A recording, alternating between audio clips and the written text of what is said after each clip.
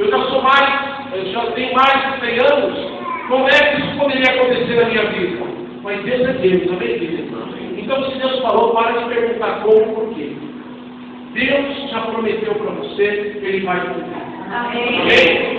E Ele disse então para nós o seguinte: espera o meu tempo, que eu vou dar essa bênção nas suas mãos. E aí passaram-se os anos. Passaram-se os anos e Abraão e Sara, diferentes de nós, ficaram ansiosos. Amém ou não? Igualzinho. Quantos aqui ficariam ansiosos esperando a bênção chegar? Né? Nós ficamos, porque nós não somos diferentes de Sara e Abraão. Só que olha que interessante, diferentemente de Sara e Abraão resolveu dar um jeitinho para acelerar a bênção dele. Diferente de nós? Não? Amém. Glória a Deus. Não sei o que nós vamos fazer aqui. Deveríamos ter nada. Amém.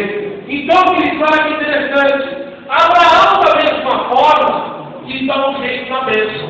Já que eu vou ser pai de multidões, já que você faz uma nação, eu vou escolher o meio caminho mais rápido, mais fácil, para eu acelerar o crescimento dessa nação.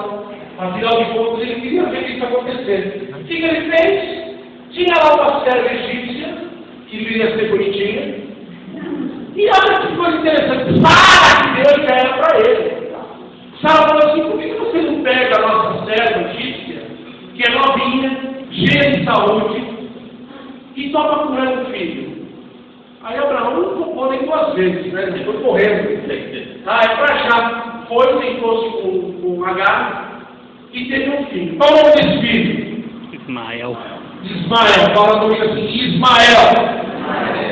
E o que eu quero mostrar para você nessa noite, filho, que apesar de Ismael ter sido fruto da vontade de Abraão, Deus ainda mesmo assim abençoou Ismael. Queridos, nós temos que ter um entendimento que todo pecado das nossas vidas, num dado momento, vai gerar um fruto. E esse fruto vai ter consequências. Quantos entendem o que é feito? Então você praticou o pecado hoje. O pecado, quando ele é criado, gerado, ele vai passar por um processo de gestação. E quando ele amadurecer, você vai colher o fruto, independentemente se você querer ou não, do resultado desse pecado. E muitas vezes, nós colhemos o fruto do nosso pecado no momento que nós estamos mais firmes com Deus. E aí a gente questiona: por que Deus permitiu isso? Quantos estão entendendo? Que Deus não tem nada a ver com isso. Olha que coisa interessante. Jó era um homem que temia ao Senhor. E ele passou por uma situação muito difícil. E o anjo que se apresentava diante do Senhor todo final de tarde, era uma fila de anjos, não era assim que diz a Bíblia? Quem estava no meio dessa fila? Satanás. E Deus permitiu que Satanás fizesse o seu papel. Porque Jó, aparentemente mesmo não veio pecado, ele tinha pecado. Que diz no final da Bíblia, no final do livro de Jó, que era o pecado dele não ter relacionamento com Deus. Ele pecava nisso. Ele só conhecia Deus de ouvir falar, mas não de se relacionar. Se eu não me engano, estava 40 e alguma coisa. 42. Depois você vê isso. Mas o que eu quero dizer para você é o seguinte, querido. Se você praticou o pecado, Deus não tem como impedir que esse pecado tenha sua gestação.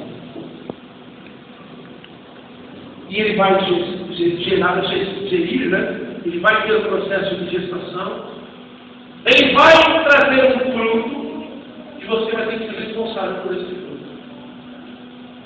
E foi o que aconteceu com Abraão. Abraão teve lá o relacionamento com Agar, e do relacionamento com Agar nasceu Ismael. Agora, querido, Deus ama todas as criaturas. Por essa razão, Deus amou também Ismael. Amém? Amém. E eu quero te dizer que mesmo que você sinta-se sentir excluído da presença de Deus.